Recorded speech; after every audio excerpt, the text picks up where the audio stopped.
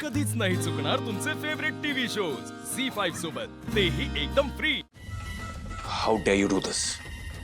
एवढे वर्ष तुम्ही या कंपनीत काम करताय आणि तुम्ही एवढा मोठा फ्रॉड. लाज दे वाटली तुम्हाला हे करताना. अहो बाबा, आम्ही असं काही. Enough. This is really not done. ह्याच्यावर मला ऍक्शन घ्यावीच लागणार आहे आता. थांबायची. तुम्ही आता त्यांच्या अगेन्स्ट ऍक्शन घेऊ शकत नाही.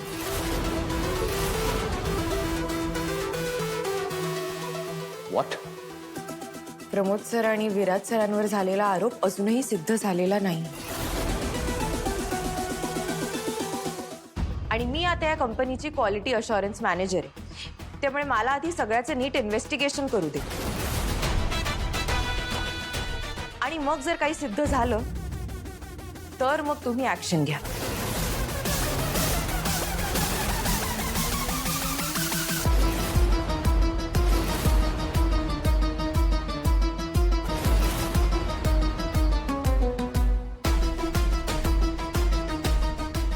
लीला,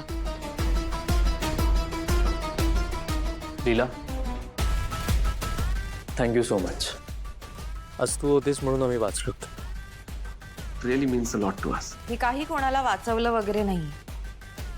ह्या सगळ्या ज्याची चूक आहे त्याला शिक्षा होणारच.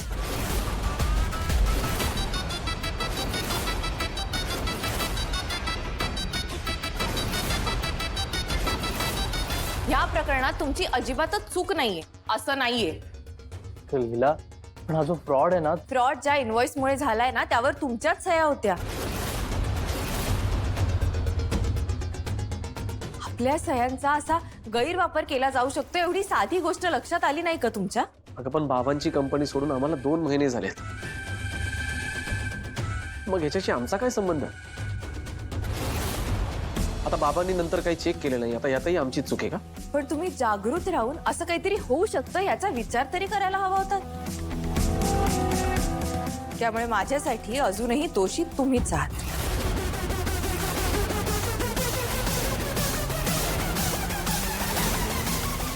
चला म्हणजे मी सुटलो. लीला, ते बघ, आम्ही ना 50 फूड पॅकेटच्या हिशोबाने साईन केल्या होत्या. ते 1500 कसे झाले याची खरंच आयडिया नाहीये आम्हाला. हाच तर सगळ्यात मोठा प्रॉब्लेम आहे. बरं, ती ज्या अनाथ आश्रमांकडे पोहोचणं अपेक्षित होतं आमच्यापर्यंत तर ती पोहोचतच नव्हती. आणि हा सगळा प्रकार कोणाच्याही लक्षात आला नाही. मग आता आम्ही एवढ्या छोट्या छोट्या गोष्टींमध्ये लक्ष का घालायचं? हे सगळं बघायला स्टाफ आहे ना. बरोबर आहे, स्टाफ आहेच. पण आपला स्टाफ नीट काम करतोय का ह्याच्याकडे तुम्ही लक्ष द्यायला नको.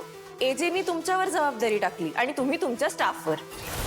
तर ह्या सगळ्या चक्रात गेल्या कित्येक महिन्यात कंपनीचा किती लॉस झाला असेल त्याचं काय? तुम्ही दोघं घरचे आहात. ही काय फक्त तुमच्या कामाची जागा नाहीये. तुम्ही सगळ्या गोष्टी व्हेरीफाय केल्या नाहीत. हीच तुमची सगळ्यात मोठी चूक. लीला, हे बघ, हे असं काही होईल ना याची आम्हाला खरंच कल्पना नव्हती. हो, आणि प्लीज ट्रस्ट अस, आम्ही असं खरंच काही केलं नाहीये ग. ह्याची खात्री आहे मला. मला फक्त तुम्हाला तुमच्या चुकांची जाणीव करून द्यायची होती. हा फ्रॉड कुणी केला असेल ह्याचा खरं तर अंदाज आहे मला.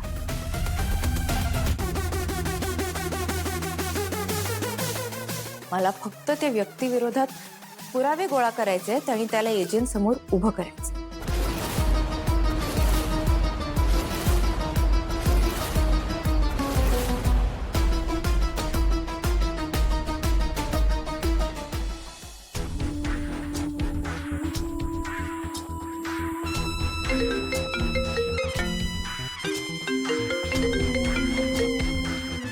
हॅलो. काय झालं? तुम्ही एवढा वेळ फोन का नव्हता उचलत? लीलाने ऑफिस जॉईन केलंय ना? या लीलाचं जरा अति होते असं नाही वाटत आहे का तुम्हाला? लीलाने जसं आजींना स्वतःच्या पार्टीत करून घेतलंय तसं अख्खं ऑफिस पण करून घेतलं तर? तुम्ही आज ऑफिसमध्ये आहात ना, मग तुम्ही असं काहीतरी करा जेणेकरून एजे लीलाला ऑफिसमधून कायम चाकलून लावतील. हा, काहीही झालं तरी लीला एजंटच्या आयुष्यात राहता कामा नये, नाहीतर बसा सरू. आज लीला होती, तिच्यामुळे आम्ही एका मोठ्या प्रॉब्लेम मधून वाचलोय. आज ती होती म्हणून बाबांनी आमच्या अगेन्स्ट ऍक्शन नाही घेतली. तुम्ही ना तिच्याबद्दल असा कोणताही गैरसमज करून घेऊ नका. समजतंय ना? आणि तुम्ही जे बोलताय ना ते आम्ही काही करणार नाही आहोत, कारण त्यामुळे प्रॉब्लेम्स कमी नाही अजून वाढतील. कळलं?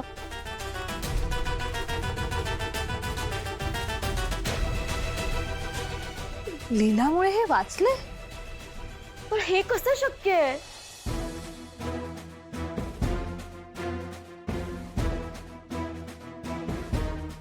व्हॉट्स रॉंग विथ यू? प्रमोद आणि विराजला वाचवायची काय गरज होती? त्यांनी काय केलं माहितीये ना? पण ह्या सगळ्यात जितकी चूक त्यांची आहे तितकीच तुमचीही आहे जी. तुम्ही सुद्धा कधीच स्वतःहून पार्सल घेऊन जाणारे टेम्पो चेक केले नाही आणि म्हणूनच भ्रष्टाचार करणाऱ्यांचं फावलं. पण आता मला कळलंय खरा गुन्हेगार कोण आहे.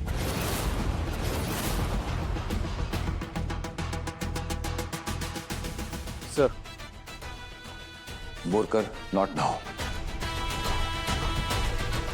लीला मॅडम आणि मी इम्पॉर्टंट बोलतोय काहीतरी. सर, मी त्याचबद्दल बोलायला आलोय.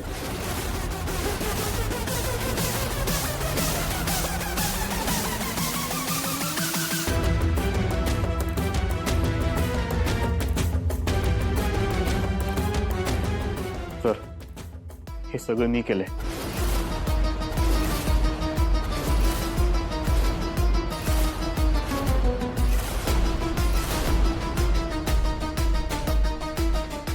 व्हॉट? सॉरी सर, मला माफ करा. मला पैशाची खरंच खूप गरज होती, म्हणून हे सर्व मला करावं लागलं. बोरकर, पैशाची एवढीच गरज होती तर मला सांगायचं, मी मदत केली असती. Sorry sir.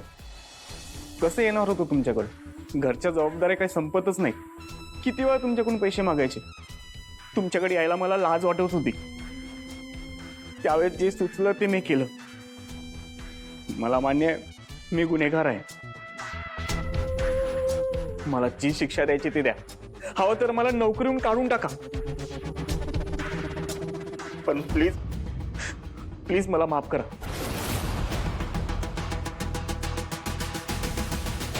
मॅडम, अहो मी खरं सांगतो, यात माझी खरंच काही चुकी नाही. अहो प्लीज प्लीज ऐका ना. अहो एकदा माफ करा. अहो माझं लहान लहान पोर येतो. काहीतरी गडबड आहे. थोड्या वेळापूर्वी माझी नोकरी वाचवा असं म्हणून रडणारा बोरकर आता आपणहून गुन्हा कबूल करायला कसं काय तयार झाला? झी5 ॲप डाउनलोड करा आणि पहा सर्व एपिसोड्स एकदम फ्री.